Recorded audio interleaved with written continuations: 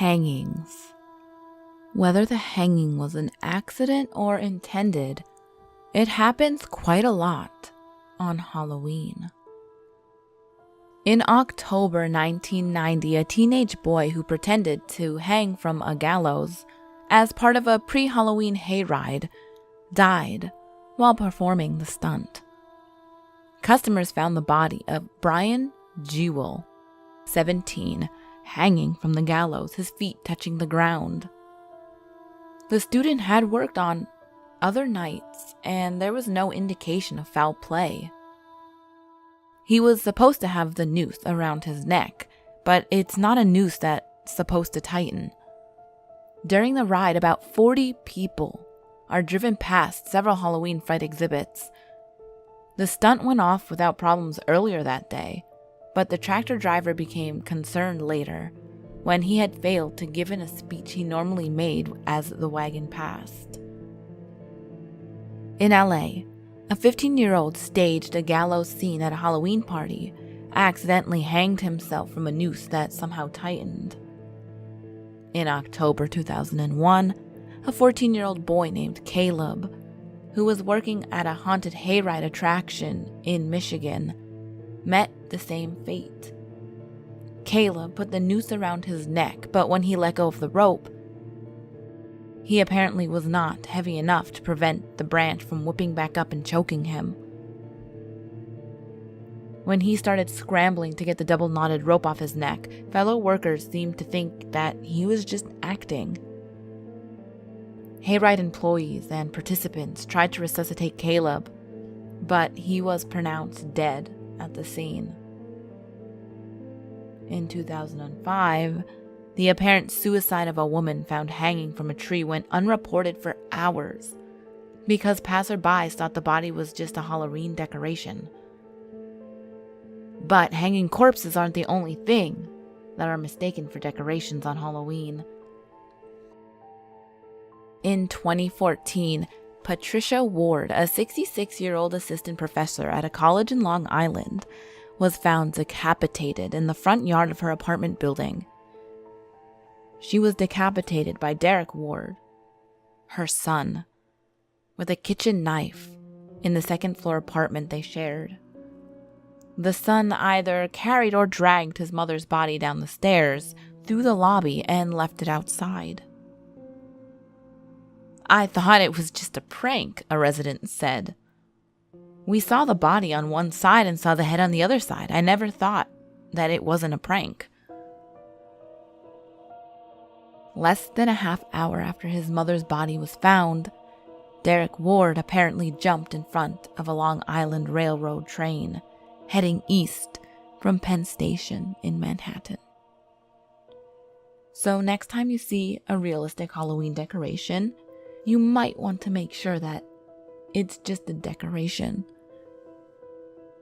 and not an actual corpse. But Halloween also seems like a very popular night for crime.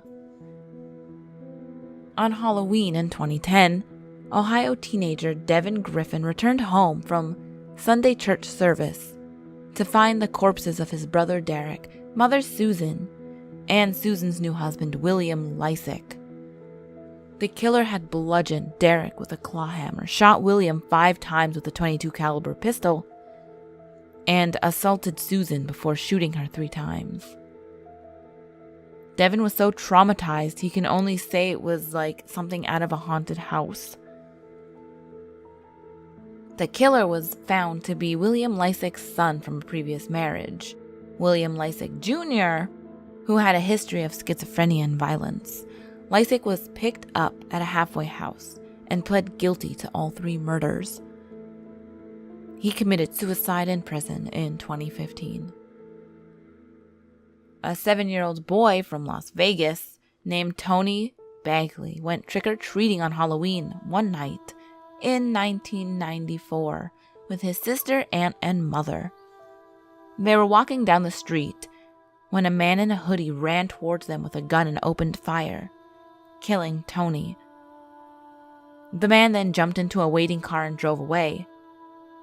The killer has never been caught, and police speculated that the shooting was revenge against Tony's father for a drug deal gone wrong. In the Bronx, a resident named Carl Jackson, a 21-year-old data entry clerk at Morgan Stanley, was out on Halloween night in 1998. Jackson went with his girlfriend to pick up her young son from a party. While there, some teenagers threw eggs at their car. But the classic Halloween prank soon turned ugly. Jackson got out of his car, exchanged some words with the throwers, and got back in the car. Then one of the teens pulled a gun and shot Jackson through the head, killing him instantly. Police arrested a 17-year-old Curtis for the murder, and New York cracked down on egg-throwing pranks. Yoshihari Hattori was a Japanese exchange student living in Baton Rouge as part of the American Field Service program. On Halloween night in 1992, Hattori and the youngest son of his host family went to a Halloween party for AFS students. Unfamiliar with the neighborhood the party was, the boys rang the doorbell of the wrong house. When they got no answer, they started walking back to their car. The owner of the home, Rodney Paris, then opened the door armed with a .44 Magnum revolver. Hattori turned around and said, "We're here for the party," claiming he feared for his life and that the exchange student was scary. Paris shot Hattori at point-blank range, hitting him in the chest and killing him. Paris and his wife then went back into their house and waited for 40 minutes until the police came, who questioned and let him go. Only when both the governor of Louisiana and the Japanese consul got involved was Paris actually arrested, after which he was acquitted of the manslaughter.